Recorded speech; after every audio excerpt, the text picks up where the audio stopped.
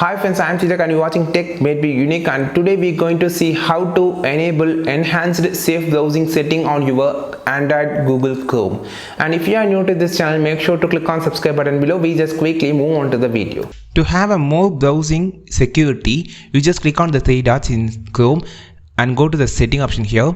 Here you go to the privacy and security option here. You can see the safe browsing. Here you can see the three options.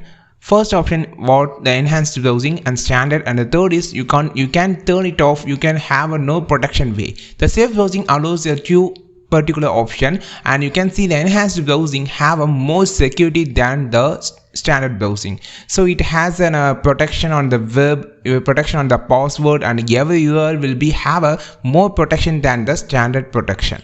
So if you want a more protection on your mobile phone, or if you want more protection on the spamming links, you just go to the enhanced protection, which is safer than the standard protection, but it has some extra security options. So it has a more setting for, if you have changed it, you just come to the Google, it will be automatically have a refresh because it will be have a more protection than the standard protection. You can change the enhanced protection from here.